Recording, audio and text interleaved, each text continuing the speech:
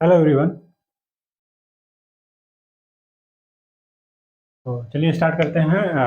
Next question से unsolved solve कर रहे थे हम लोग, तो 7.19 से आगे से स्टार्ट करना है। इसके पहले हम लोगों ने 7.18 तक हो गया है। ठीक है, लास्ट लेक्चर जो है लेक्चर नंबर 10 था। अब इसके बाद से 7.19 से देखते हैं क्वेश्चन जितना हो पाएगा आज। इसमें क्वेश्चन में कह रहा है कि जो 7.19 है वो रेफरेंस लिया है 7.18 को। इसमें क्वेश्चन में कह रहा है कि suppose the circuit in the exercise 7.18 has the resistance value 15 ohm, obtain the average power transfer to each element। यानी कि जो प्रीवियस क्वेश्चन था उसमें क्या किया था, रेजिस्टेंस को इंट्रोड्यूस नहीं किया था। ठीक है, अब की बार क्या कर रहे हैं हम, उसमें रेजिस्टेंस को भी इंसर्ट कर दे रहे हैं। ठीक है, तो हम सर्किट बना दे रहे हैं यहाँ पे। इंडक्टर कैपेसिटर तो है ही, इंडक्टर कैपेसिटर, और इसी में हम क्या कर रहे हैं, 15 ओम का रेजिस्टेंस भी ऐड कर दिए। ठीक है, और सप्लाई में 230 वोल्ट दे दिया, और कह रहा है कि 50 हर्ट्ज जो है आपका फ्रीक्वेंसी दे दे इनपुट पे, और यहाँ पे 80 मिली हेनरी आपका इंडक्टेंस वैल्यू है, 60 जो है वो माइक्रो फैरेड कैपेसिटर, और 15 ओम रेजिस्टेंस लगा दिया गया। ठीक है, ये 7.18 को ही देखना है, बट उसमें क्या करना है, एक डेटा और ऐड करना है, रेजिस्टेंस को। क्वेश्चन में कह रहा है कि average power transfer to each element in the circuit. तो आपसे पूछ रहा है एवरेज पावर, तो पावर निकालने के लिए सबसे पहले क्या करना पड़ेगा, हमको करंट चाहिए। ठीक है, तो हम क्या करेंगे, यहाँ से करंट निकाल लेंगे। आई इज इक्वल टू क्या हो जाएगा, वी बाई आर। ठीक है, चलिए, तो ये जो आई निकलेगा वो आई आर एम एस निकलेगा, क्योंकि हम यहाँ क्या कर रहे हैं, ठीक है ना, इनपुट सोर्स जो है 230 वोल्ट अगर हम यहाँ लेके चलेंगे, यानी कि वी बाई, अगर हम जेड करेंगे तो ये वी जो है वो गिवन है, जो V R M S value है। ठीक है, बाई डिफॉल्ट ये है। तो आई इज इक्वल टू हो जाएगा V is equal to 230 upon में जेड की जगह पे क्या हो जाएगा, एक्सएल माइनस एक्सी का whole square R square, XL minus XC का होल स्क्वायर। 230 अपॉन में सब वैल्यू पुट कर देना है बस, ये हो जाएगा 15 का स्क्वायर, और ये हो जाएगा एक्सएल की जगह पे ओमेगा एल मतलब 2 पाई, एफ की जगह पे 50, एल की जगह पे 80, 80 इंटू 10⁻³ ऐसा करना है। ठीक है, ये हो गया ओमेगा एल। ठीक है, और ये माइनस एक्स की जगह पे 1/ओमेगा से 2 पाई 50 इंटू सी की जगह पे 60 माइक्रो फैराड 10⁻⁻6 पूरे का होल स्क्वायर। इसको हम सॉल्व कर लेंगे, जो भी वैल्यू आएगा आई का, ठीक है ना, क्वेश्चन मार्क मैंने लगा दिया क्योंकि यहाँ कुछ ना कुछ वैल्यू आएगा। अब यही वैल्यू का हम सहारा लेके क्या करेंगे, पावर निकालेंगे। ठीक है, पी एवरेज अक्रॉस रजिस्टर, तो ये हो जाएगा I square R, P average across inductor, और पी एवरेज अक्रॉस कैपेसिटर। ठीक है, ऐसा कुछ बोला है क्वेश्चन में कि obtain the average power transfer to each element. ठीक है ना, average power transfer to resistance, inductor and capacitor. तो ये वैल्यू आएगी जीरो, ये वैल्यू आएगी जीरो। क्यों, क्योंकि अगर जब यहाँ पे हम बात करेंगे, बिकॉज जो फाई है, phi phi is equal to क्या हो जाएगा, पाई/2। यहाँ पे भी फाई इज इक्वल टू पाई/2। जो फेज डिफरेंस है ना, वो इंडक्टर के लिए और कैपेसिटर के लिए थ्रू द, ठीक है ना, वोल्टेज और करंट के बीच में एक्चुअली में पावर जीरो जीरो क्यों ले रहे हैं, क्योंकि जो इंडक्टर और कैपेसिटेंस के लिए आपका क्या होगा, जो फेज डिफरेंस बिटवीन वोल्टेज और करंट आता है वो क्या आता है, हमेशा पाई/2 आता है। ठीक है ना, इसके पहले वाले लेक्चर में भी हो चुका है। तो एक्चुअली में फॉर्मूला क्या होता है, पी एवरेज होता है V R M S I R M S cos phi. और ये फाई होता क्या है, ये पावर फैक्टर है, cos फाइव को पूरा कंप्लीट पावर फैक्टर बोलते हैं, जिसमें से पावर फैक्टर 5 पे डिपेंड करता है। 5 वैल्यू क्या होती है? The phase difference between voltage value and, ठीक है ना, करंट, यानी कि वोल्टेज के अकॉर्डिंग करंट जो है, क्योंकि ये एसी सोर्स है ना, तो इसमें हम क्या होगा, फेज गैप मिलेगा। फेज गैप मिलेगा तो किसके किसके वोल्टेज और करंट के लिए और इंडक्टर एंड कैपेसिटर के लिए फेज गैप ऑलवेज कितना होता है? 5/2 होता है। इस वजह से cos 5 फैक्टर cos 5/2 90 डिग्री पे 0 होता है। cos 5/2 की वैल्यू क्या होती है? cos 90 डिग्री हमेशा 0 होता है। ठीक है, दैट्स वाई क्या होगा, पावर। तो अब हमको टोटल पावर अगर निकालना है तो क्या करेंगे? P total is equal to, इसको हम P1 मान ले रहे हैं, इसको 2, या छोड़ो, इसको हम लिख दें PR PL PC। तो ये वैल्यू क्या आ जाएगा? PR के बराबर। P टोटल जो आएगा ट्रांसफर, टोटल पावर ट्रांसफर, ठीक है ना, कितना आ जाएगा थ्रू रेजिस्टेंस, जो वैल्यू आएगी यही वैल्यू आपका क्या होगा, एक्चुअली में वैल्यू होगा। तो आई आपको यहाँ मिल ही रहा है, जो भी कैलकुलेट करने पाएगा वो यहाँ पे आप रख देंगे, आर आपको गिवन है। ठीक है, तो पावर ट्रांसफर केवल ठीक है ना, कैपेसिटर से हो, सॉरी, रेजिस्टेंस में होगा। बाकी सेक्शन में क्या होगा, power transfer to inductor and capacitor is 0। ठीक है ना, because of this pi factor. ठीक है ना, पावर। तो ये क्वेश्चन जो है वो 7.19 जो है वो रेफर किया था 7.18 को, इस तरीके से ये सॉल्व हो। ठीक है, आसान क्वेश्चन था एकदम। अब इसके बाद से हम देखेंगे 7.20। ठीक है, 7.20 इसमें क्या कह रहा है देखते हैं। चलिए, इसमें क्वेश्चन में कह रहा है कि कोई सीरीज एलसीआर सर्किट है।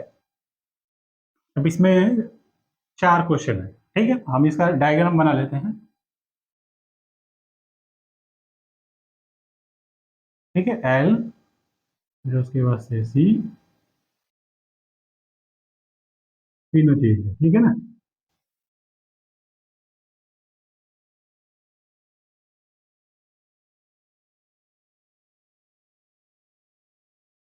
एल की वैल्यू दे रखा है 0.12 Henry, capacitance 480 nano farad. Nano मतलब 1 नैनो में 10⁻⁹ मीटर। और ये दिया है 23 ओम। ठीक है, और ये आपका है 230 वोल्ट और सोर्स फ्रीक्वेंसी, ठीक है ना, वेरिएबल फ्रीक्वेंसी है। ठीक है ना, 230 वोल्ट और साथ में वेरिएबल फ्रीक्वेंसी। ठीक है ना, वेरिएबल फ्रीक्वेंसी के इनपुट पे अगर मतलब हम, फ्रीक्वेंसी फिक्स नहीं है, वेरिएबल फ्रीक्वेंसी के साथ ये इनपुट है। अब क्वेश्चन में कह रहा है ए पार्ट, ये डायग्राम है इसका, और इस क्वेश्चन में क्या कह रहा है, what is the source frequency. यानी कि देखिए, वेरिएबल फ्रीक्वेंसी है तो फ्रीक्वेंसी फिक्स नहीं है। फिक्स नहीं है मतलब आपसे कोई पर्टिकुलर फ्रीक्वेंसी पूछी जाएगी। What is the source frequency for which the current amplitude is maximum. क्या कह रहा है, एट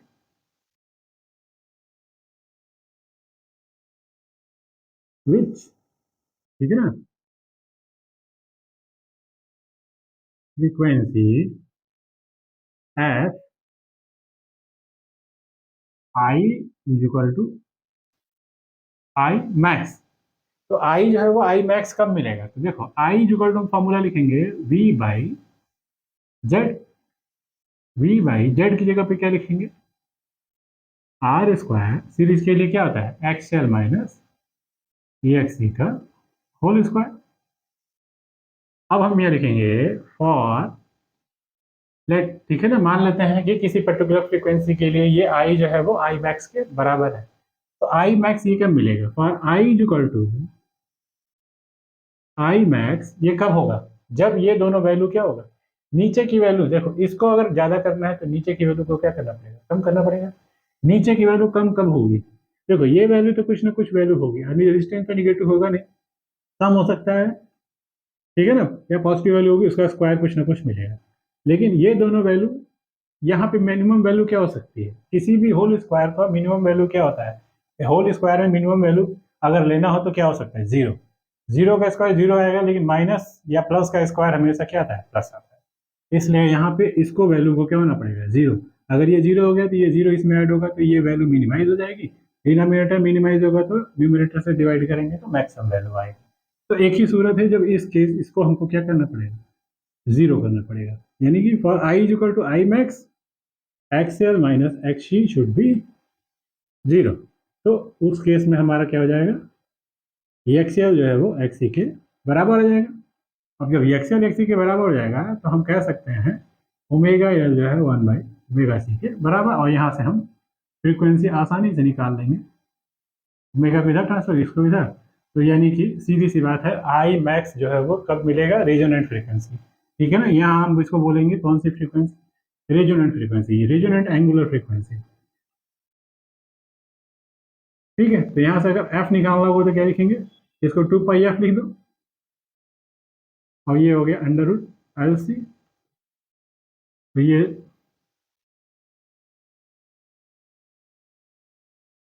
एफ निकालना है तो इसको आर लिखेंगे, 1/2π। आर क्या डिनोट कर रहा है कि रेजोनेंट फ्रीक्वेंसी या नेचुरल फ्रीक्वेंसी कर सकते हो इसको।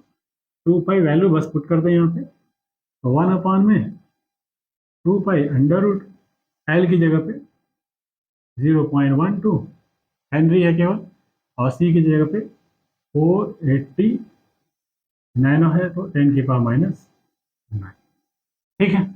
अब इसको क्या करना है, सॉल्व कर लेना है आपको, वैल्यू जो आना होगा वो आ जाएगा। ये जो आएगा वो कितना, हर्ट्ज आ जाएगा। ठीक है ना, और यहाँ पे अगर कैलकुलेट करते आएगा तो आपका रेडियन पर सेकंड आता है, रेडियन पर सेकंड। अगर मान लो ओमेगा केवल कैलकुलेट करते हैं तो यूनिट क्या लिखते हैं, रेडियन पर सेकंड। अगर केवल ये कैलकुलेट करोगे तो पर सेकंड लिखो या हर्ट्ज लिखो, पर सेकंड या हर्ट्ज लिखो।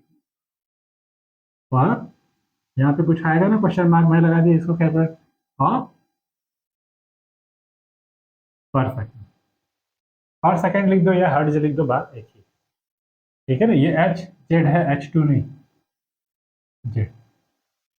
तो ये वैल्यू क्वेश्चन में, ये पहला क्वेश्चन ये पूछा था इसमें कि ठीक है, at which frequency, variable frequency था, तो किस फ्रीक्वेंसी, कोई ना कोई ऐसी पर्टिकुलर फ्रीक्वेंसी थी जिस पे क्या देगा, ये मैक्सिमम देगा, जो इसमें करंट फ्लो होगा वो मैक्सिमम होगा।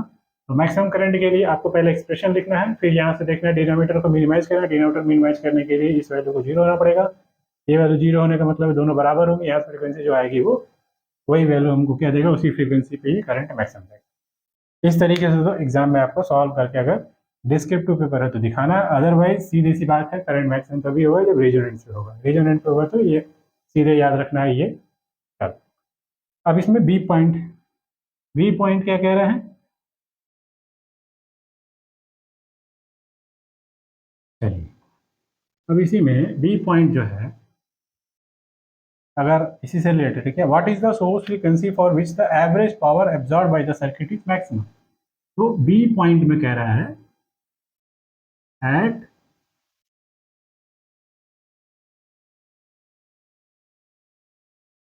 विच एफ, ठीक है ना, ऐसा ही क्वेश्चन बोला है ना, what is the source frequency for average power absorb by the circuit is maximum, P is equal to P maximum.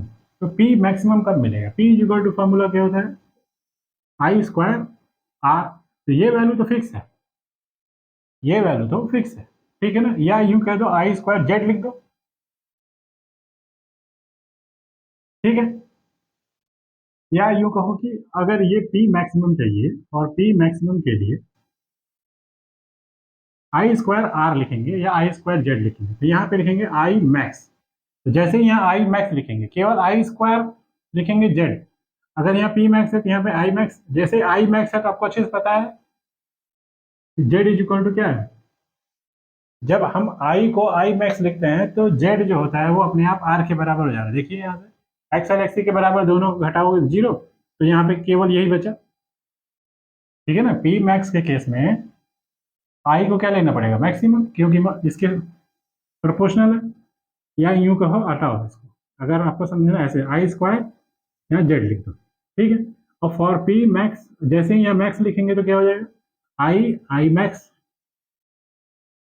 और आई मैक्स होते ही जेड क्या हो जाएगा, आई मैक्स कब मिल रहा है? जब जेड की वैल्यू आर के बराबर, क्यों? एक्सएल जब एक्सी के बराबर होगा तभी आपको आई मैक्स मिलेगा। ये हो जाएगा आर। ठीक है, अब यही वैल्यू क्या करोगे, ये जो वैल्यू आई है आई मैक्स के लिए आपको, ठीक है ना, यहाँ आई मैक्स निकाला था, आई मैक्स बराबर वी अपान में, हाँ यही हो जाएगा। अब यहाँ से आपको शुरुआत, पहले वाले में तो फ्रीक्वेंसी निकालना था कि क्या निकालना था? क्वेश्चन में क्या बोला था? What is the source frequency पूछा था, तो वहां से आपका अभी प्रीवियस क्वेश्चन बताया था एक्सल एक्सिस बराबर कर देंगे तो वहां से आ जाएगा। अगर ये पूछा होता आई मैक्स की वैल्यू क्या होगी, तो वी बाई आर कर लेते हैं। वी आपको दिया हुआ है, आर आपको दिया हुआ है, तो यहाँ से हम कर लेते हैं, तो 230 अपॉन में 23 कर लेते थे तो 10 एम्पियर आ जाता। अब 10 एम्पियर आ जाता तो पी मैक्स अगर निकालना होता तो यहाँ पे 10 का स्क्वायर इंटू आर की वैल्यू 23, ठीक है ना, इतना वाट आ जाता। ठीक है, अब क्वेश्चन में क्या पूछा है, what is the source frequency for average power by the, ठीक है, तो पावर मैक्सिमम इतना आया, लेकिन आपसे पूछा है कि सोर्स फ्रीक्वेंसी क्या होगी, तो सेम वही रेजोनेंट फ्रीक्वेंसी जो वैल्यू होगी वही, क्योंकि उसी फ्रीक्वेंसी पे आपका करंट मैक्सिमम आएगा, और करंट मैक्सिमम आएगा तो पावर मैक्सिमम आएगा, और पावर मैक्सिमम की वैल्यू अगर पूछे तो इतना आएगा। ठीक है, तो आपसे सेकंड क्वेश्चन में भी जो पहले क्वेश्चन में पूछा है किस फ्रीक्वेंसी के लिए करंट मैक्सिमम हो, जिस फ्रीक्वेंसी करंट मैक्सिमम होगा उसी फ्रीक्वेंसी के लिए पावर मैक्सिमम होगा। और obtain the maximum power also पूछा तो ये भी हो जाएगा। तो प्रीवियस क्वेश्चन जो फ्रीक्वेंसी आई थी वो इस क्वेश्चन में भी वैलिड है। अब इसमें सी पार्ट में क्या कह रहा है, for which frequency the source power transfer to the circuit is half of the power. ठीक है, तो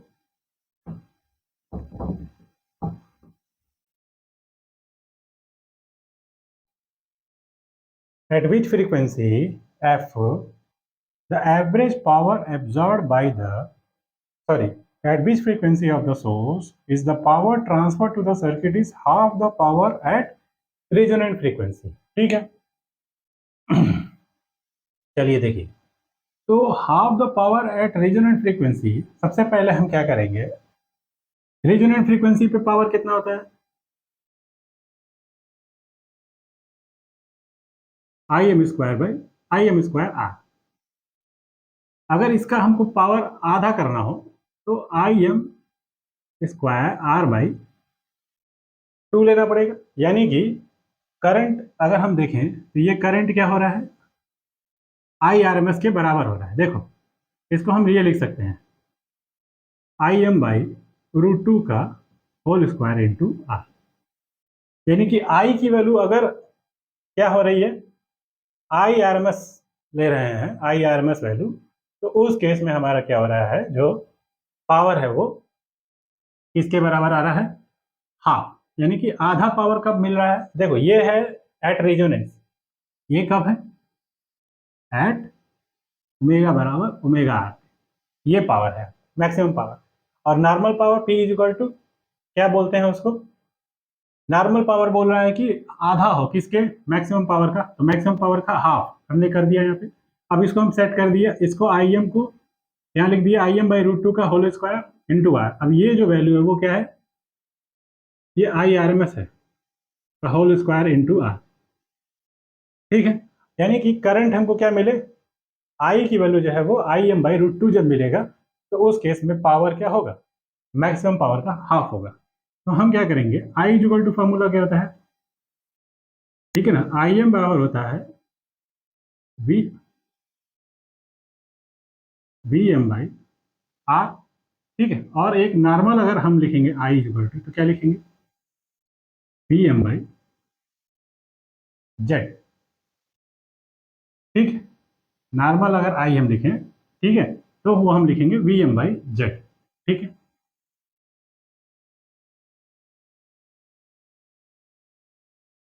वी एम बाई जेड नहीं लिखेंगे, वी बाई जेड लिखेंगे।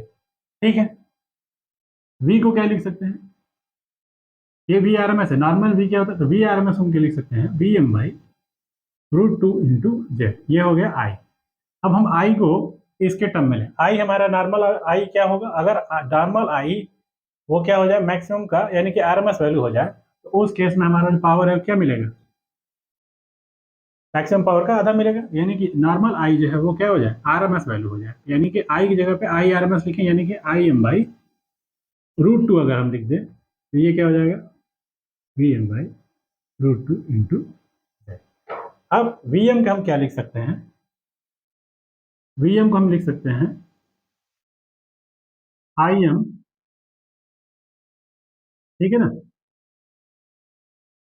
वी इज इक्वल टू क्या होता है, आई आर होता है ना, तो आई वी मैक्स कब मिलेगा, जब I max into R, V M को हम लिख सकते हैं I M into R √2 Z, और ये हो गया आई एम बाई √2, ये कैंसिल हो गया इससे, ये इससे कैंसिल हो गया, ठीक है।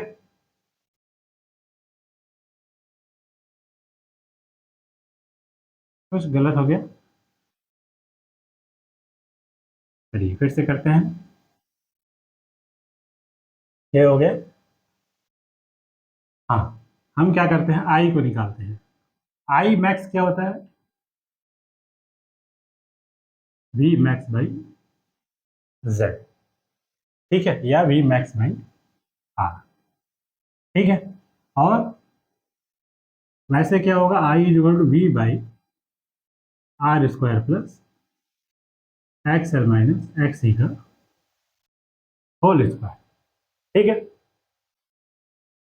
अब हम आई को क्या लिख सकते हैं, आई को हम लिखेंगे, ये जो वैल्यू है वो आई एम बाई √2 है, ठीक है।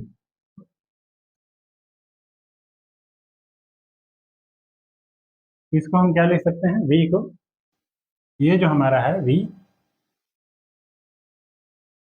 एक्चुअली में ये वी एम नहीं है, ये क्या है, वी है, ठीक है, वी बाई, ये अगर आई एम होगा तो यहाँ पे वी एम होगा, ठीक है, क्या होगा यहाँ पे, वी एम होगा। तो अगर हम यहाँ पे नॉर्मल, यहाँ आई एम लिखे हैं, तो यहाँ पे आई एम बाई √2, आई जो है वो आई एम बाई √2, ये हो गया आपका वी, ये हो गया आपका R square plus X L minus X C का होल स्क्वायर, ठीक है।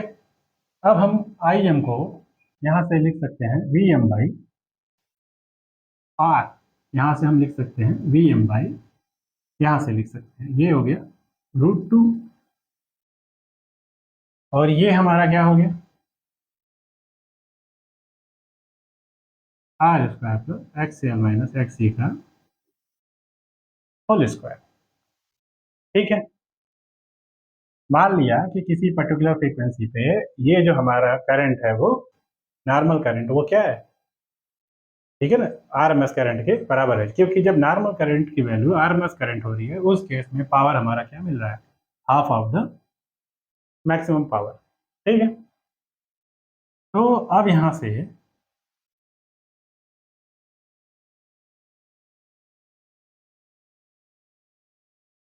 एक्चुअली में आई एम, ये ठीक है, ठीक है, ये जो नॉर्म, ये वी को वी एम और ये सब लिखने की जरूरत नहीं है, वी वी ही रहेगा, ठीक है ना। आई जो आर जो है वो जेड के बराबर हो जा रहा था अपने आप, ये आई जो है वो मैक्सिमम मिल रहा है, ठीक है ना, करेक्ट। तो ये हो गया वी, वी एम नहीं होगा, ठीक है। अब ये हो गया वी एम, नहीं लिखना है इसको, वी एम निकालने के लिए हम लोग क्या करेंगे, √2 टाइम्स ये करेंगे तो वी एम अलग से निकलेगा, लेकिन जब आई एम लिखेंगे तो वी बाई आर लिखेंगे केवल, जेड नहीं, क्योंकि जेड जो है वो आर के बराबर हो जाता है, थोड़ा सा यही गड़बड़ हो जाता है, यहाँ लिखने से वी एम गड़बड़ हो रहा था, अब हो गया, अब क्लियर है। अब I is equal to normal V by Z जो होता है उससे ये फॉर्मूला से लिखिए। अब ये जो नॉर्मल करंट फ्लो हो रहा है उसकी वैल्यू अगर आरएमएस करंट के बराबर हो जाए तो उस केस में पावर क्या आता है, हाफ हो जाता है। कैसे, यहाँ पे करके दिखा, ये क्या है मैक्सिमम पावर, ये क्या है नॉर्मल पावर, नॉर्मल पावर को आधा करेंगे तो सेट करके यहाँ पे देखो लिख दिया आई एम बाई √2 का होल स्क्वायर इंटू आर। अब ये हो गया आपका आई आर एम एस, यानी कि आई आर एम एस अगर करंट फ्लो होगा तो उस केस में पावर इसमें जो होगा वो मैक्सिमम पावर का क्या होगा, आधा होगा।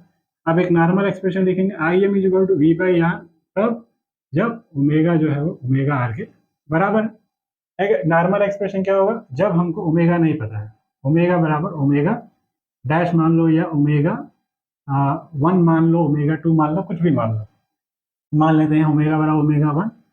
तो किसी पर्टिकुलर फ्रीक्वेंसी के लिए आई, ठीक है ना, आई करंट फ्लो हो रहा है इसमें, अब वो आई जो है वो I root R M S value के बराबर हो जाए, यानी आई एम बाई √2 के बराबर, उस केस में पावर क्या आ जाएगा, आधा, यहाँ रख दिया, और ये हो गया आपका वी बाई ए, अब यहाँ से हम क्या लिख सकते हैं, v की जगह पे आई एम इंटू आर लिख दो, या सीधे से यहाँ पे आई एम बराबर v बाई आर यहाँ पुट कर दो। ठीक है, यहाँ v बाई आर पुट कर दो, वी एम की जरूरत नहीं है।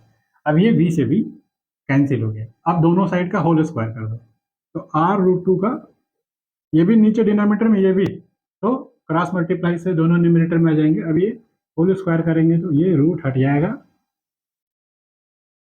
ये थ्योरी वाले पार्ट में हो चुका है। अब जैसे ही हटेगा यहाँ पे क्या आ जाएगा, आर स्क्वायर बराबर आ जाएगा, ये 2r² बराबर R square plus X L minus X C का होल स्क्वायर। ये आर से आर इधर आ जाएगा तो ये आर स्क्वायर हो जाएगा, ये हो जाएगा x L minus X C का। अब हमको देखो क्वाड्रेटिक बन जाएगा। ये आर की वैल्यू यहाँ पे 23 है। ठीक है, अब यहाँ से तुम क्या कर सकते हो, कंपेयर कर सकते हो। देखो एक बार क्या करो, ये होल स्क्वायर इधर आ जाएगा तो X L minus X C का प्लस माइनस आर आ जाएगा। एक बार प्लस आर ले लो, तो X L minus X C plus R लोगे तो हो जाएगा A X L minus X C is equal, ठीक है ना, और ये इधर आएगा minus R is equal to 0, और आर एक्सप्रेशन क्या आएगा, X L minus X C plus R. ठीक है, अब दो क्वाड्रेटिक बना। ठीक है, अब दो क्वाड्रेटिक जब बन गया तो हम सॉल्व करेंगे इसको। कैसे करेंगे, देखो एक्स एल माइनस एक्स सी बराबर प्लस आर जब लिए तो ये एक्सप्रेशन बना, एक्स एल की जगह पे omega L minus 1 by omega C minus R बराबर 0।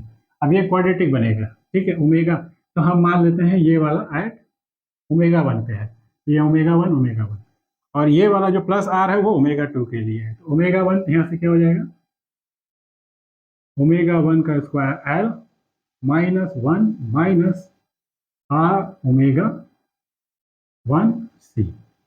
ठीक है, समझ में आ रहा है ना, इसका इससे मल्टीप्लाई, ये एल सी छूट गया, और नीचे omega 1 C is equal to 0, ये उधर गया खत्म। अब वैल्यू पुट करना है ओमेगा 1, ठीक है ना, हमको नहीं पता है, इसको तुम एक्स समझ लो, एल सी की वैल्यू यहाँ कर दो। ठीक है ना, तो ये हो गया ओमेगा 1 स्क्वायर एल इंटू सी। एल और सी आपको पता है कितना है, 0.12, और सी की वैल्यू है 480 इंटू 10 की power minus 9, minus 1 minus R की जगह पे 23 ओमेगा 1 और सी की जगह पे 480 इंटू 10 की पावर माइनस 9 बराबर 0। अब ये हो गया आपका, जो भी ये आएगा इसके साथ ये समझ लीजिए ये कोई कांस्टेंट है, जैसे होता है ना A X square plus B X plus C बराबर 0, यही क्वाड्रेटिक इक्वेशन होता है। एकदम सिमिलरली देखिए, ये सी की जगह पे है, ये कांस्टेंट है, और ये क्या है, एक्स ओमेगा 1 है ना, ये ओमेगा 1 को एक्स समझिए, और ये एक्स स्क्वायर, तो एक्स स्क्वायर उसका कोफिशिएंट ए एक्स स्क्वायर, और ये ओमेगा 1 का जो कोफिशिएंट है वो बी हो गया प्लस सी। इसको सॉल्व करने के लिए फॉर्मूला क्या होता है, एक्स बराबर minus B plus minus under root B square minus 4ac upon में 2a। ये क्या है, श्रीधराचार्य रूल, ठीक है ना, इस रूल से आप इसको फाइंड आउट कर सकते हैं। तो इस तरीके से ये फाइंड आउट है। एक वैल्यू तो आएगी ओमेगा 1, अब जब आप क्या करोगे, हमने माइनस आर लेके किया था, ठीक है ना, अब एक दूसरी वैल्यू आएगी प्लस आर पे। ठीक है, तो वहां से हम सॉल्व कर लेंगे। क्वाड्रेटिक इसको सॉल्व करना है, क्वाड्रेटिक मैथ्स में हाई स्कूल में है, उससे आप सॉल्व कर सकते हैं, अदरवाइज इससे आप सॉल्व कर सकते हैं।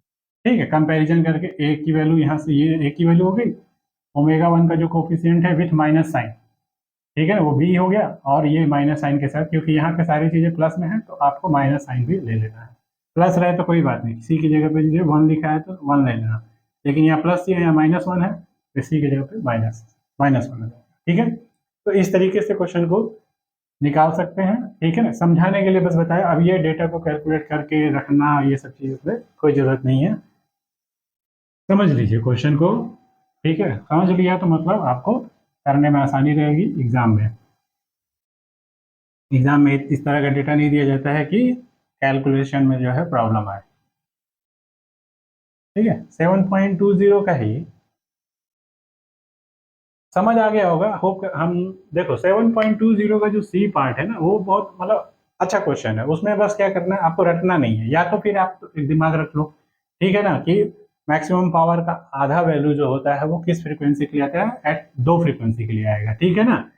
अभी आपको उसमें पढ़ा था आपने, तो जो है क्या बोलते हैं, ऐसे कोई ऐसे करके, ठीक है ना, यहाँ पे 2 वैल्यूज आई थी, ठीक है ना, ये आपका सेंटर फ्रीक्वेंसी था जिसमें ओमेगा आर बोलते थे, इसके इधर लेफ्ट और इसके इधर राइट में, ठीक है ना, किसी जहाँ पे आपका करंट वैल्यू क्या था, आरएमएस वैल्यू को इंडिकेट कर रहा था, उस पॉइंट पे आपका या तो ओमेगा, ठीक है ना, आर प्लस डेल्टा, ठीक है ना, समथिंग ओमेगा, और यहाँ पे ओमेगा आर, ठीक है ना, ये माइनस के साथ, और यहाँ पे उतना ही इसमें प्लस के साथ, ठीक है ना।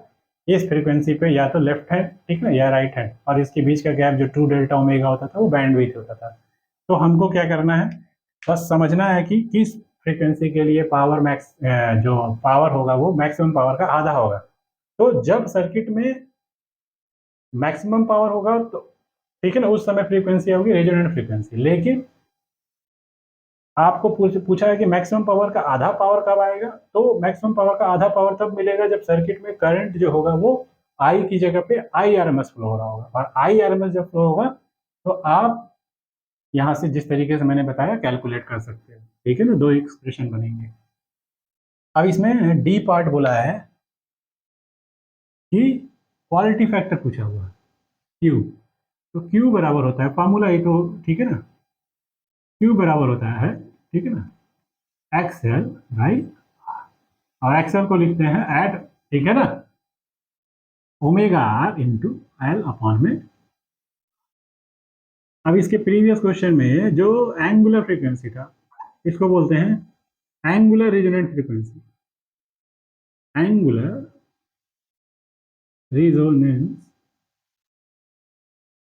फ्रीक्वेंसी, इसके पहले अभी निकाला था, ठीक है ना, कैलकुलेट तो नहीं किया था डेटा पूरा, मतलब तरीका बताया था। तो वो वैल्यू जो निकलेगी पहले प्रीवियस क्वेश्चन में ए और बी पार्ट में निकला, तो वही फ्रीक्वेंसी यहाँ पे आपको पुट कर देना है, एल की वैल्यू पता है, आर की वैल्यू पता है, तो ये सिंपल फार्मूला है। या तो फिर आपको 1/ओमेगा आर सी, इस फॉर्मूले से भी आप कैलकुलेट कर सकते हो, इन टर्म्स ऑफ सी भी कैलकुलेट कर सकते हो और इन टर्म्स ऑफ एल भी कैलकुलेट कर सकते हो, ठीक है। तो दोनों फार्मूला है, एक ये फार्मूला, एक ये फार्मूला, फार्मूले के हिसाब से कैलकुलेट कर लेंगे, ठीक है। तो एक्सएल बाई आर या एक्सी बाई आर, इस तरीके से आपका ये क्वालिटी फैक्टर भी कैलकुलेट हो जाएगा, ठीक है। अब इसमें क्वेश्चन में 21 देखते हैं, 7.21 क्या है क्वेश्चन में, देखिए क्वेश्चन में कह रहा है obtain the resonant frequency and quality factor of LCR circuit L C R तीनों है, ठीक है ना। एल की वैल्यू अब की बात दे दिया है 3.0 हेनरी, सी की वैल्यू 27 माइक्रोफेरेड, और आर की वैल्यू 7.4 ओम। कनेक्ट किससे कर दे रहे हैं, okay. Obtain the resonant frequency and quality factor of the LCR circuit, value दिया हुआ है, and desire to improve the, okay नहीं पता है ये इनपुट, किससे कनेक्ट कर रहे हैं, तो V, F ले लेते हैं। आपसे क्वेश्चन में बोला है it is desire to improve, ये इच्छा है इसकी कि improve the sharpness of the resonant of the circuit by reducing its full width at half maximum by a factor of 2 suggest the suitable way, ठीक है। तो देखिए शार्पनेस को घटाने बढ़ाने का काम जो होता है वो हम क्वालिटी फैक्टर से कर सकते हैं। क्वालिटी फैक्टर बराबर क्या होता है, ओमेगा, ठीक है ना, एल बाई आर, या क्या होता है 1 बाई, ये होता है। अब देखो क्वालिटी फैक्टर को हम चेंज कर सकते हैं इस वैल्यू से, ठीक है ना, इसको हम क्या कर सकते हैं, घटा सकते हैं, बढ़ा सकते हैं, ठीक है ना, या फिक्स कर। अगर हम इस वैल्यू को चेंज ना करें तो हमको कौन सी वैल्यू चेंज करनी पड़ेगी, ठीक है ना, रेजिस्टेंस को भी हम घटा बढ़ा के क्या कर सकते हैं, वैल्यू को चेंज कर सकते हैं, ठीक है ना।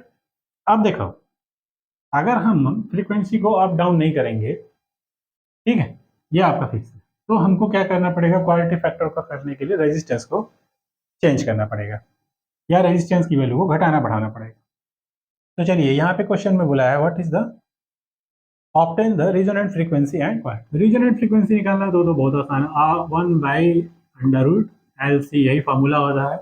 ठीक है ना, अभी बहुत बार कर लिए। रेजोनेंट फ्रीक्वेंसी मतलब सिंपल जेड का फार्मूला लिखिए, अंडर रूट में R square plus XL minus X equal उसका रेजोनेंट मतलब एक्सएल एक्स बराबर, वहां से ये फार्मूला आ जाता है। तो ओमेगा आर आपका निकल जाएगा, कितना आ जाएगा, अंडर रूट एल की जगह पे 3 और ये हो जाएगा 27 माइक्रोफेट 10⁻⁻⁻। ठीक है, अब 3 और ये 3 का पावर 3 है, तो यहाँ से क्या हो जाएगा 1/3, 27 3 81 का स्क्वायर रूट 9 और यहाँ से स्क्वायर रूट आ जाएगा 10⁻⁻3। ये हो गया आपका ओमेगा आर। अब आपका क्या करना है,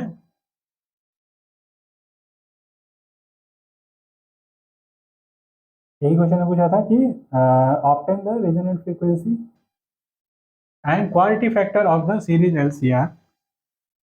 ठीक है, और क्यू निकालना है तो आपका आ जाएगा omega R L by R, ये आ जाएगा 1/9 10⁻³ ये ओमेगा आर की जगह पे हो गया, एल की जगह पे कितना हो गया 3 और आर की जगह पे 7 ये आ गया आपका क्वालिटी फैक्टर।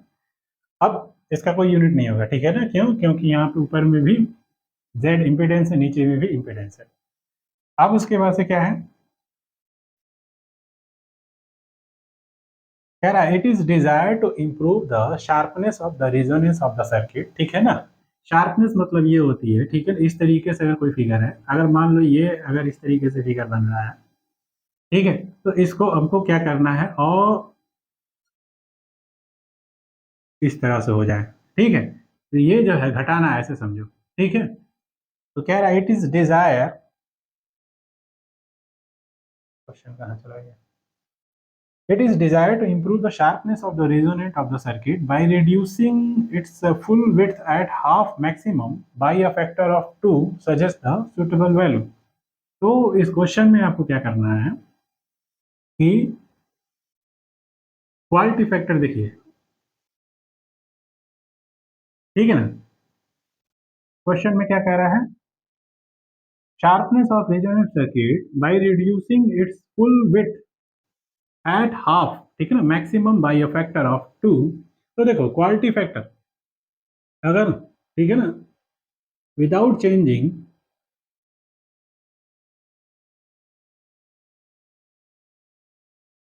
यानी रेजोनेंट हो विदाउट चेंजिंग, ठीक है ना, value of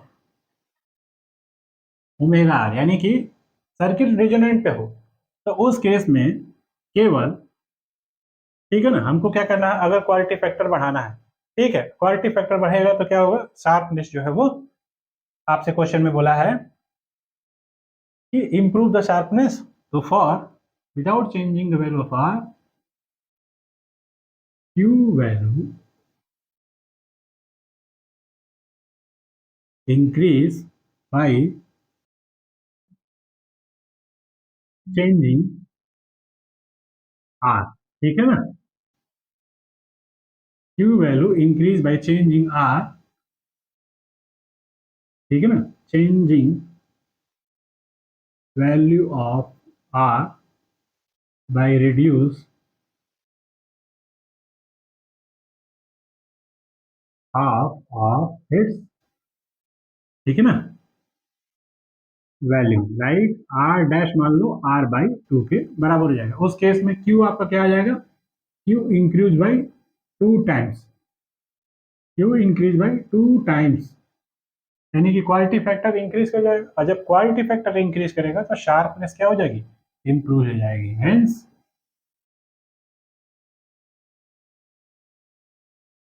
sharpness will improve. ठीक है, तो आपसे क्वेश्चन में पूछा है कि क्या करके कर सकते हैं सूटेबल, आपको क्या बताना था सूटेबल वे, तो आप लिखना आर को चेंज कर देंगे, आर डैश यानी कि आर बाई 2 कर देंगे, यानी कि 7.4 बाई 2 यानी कि 3.7 ओम, यानी कि reduce the value of R in the manner for changing the value of Q, quality factor, ठीक है ना, that is 2 times when reduce the value of R R को हम R/2 कर दे रहे हैं, तो ये 2 ऊपर चला जाएगा, तो ये 2 टाइम्स हो जाएगा प्रीवियस वैल्यू के। और हम क्या कर रहे हैं, सर्किट को रेजोनेंस पे है, तो रेजोनेंस पे आपका फ्रीक्वेंसी क्या, तो ओमेगा, तो यानी इनपुट पे हमने सर्किट रेजोनेंस पे ही है, बस वैल्यू ऑफ आर चेंज हो गया, उस मैनर में आपका क्वालिटी फैक्टर चेंज हो गया, 2 टाइम्स हो गया। और आपका जो आपसे क्वेश्चन में बोला है कि शार्पनेस जो है वो इम्प्रूव हो जाए, ठीक है ना, तो improve the sharpness of at resonance, तो हमको रेजोनेंस भी डिस्टर्ब नहीं करना है, शार्पनेस इम्प्रूव करनी है, तो हमको क्वालिटी फैक्टर को सिंपल दिमाग में रखना है, क्वालिटी फैक्टर को आपको देखना है, इसकी वैल्यू इंप्रूव करिए by the changing the value of R जो है वो R/2 के बराबर हो गया, क्यू जो है वो 2 टाइम्स हो गया, शार्पनेस इंप्रूव हो गई without changing the value of resonant frequency. Okay, अब इसके बाद से हम लोग नेक्स्ट क्वेश्चन करेंगे 7.22 से नेक्स्ट लेक्चर में। Okay, thank you.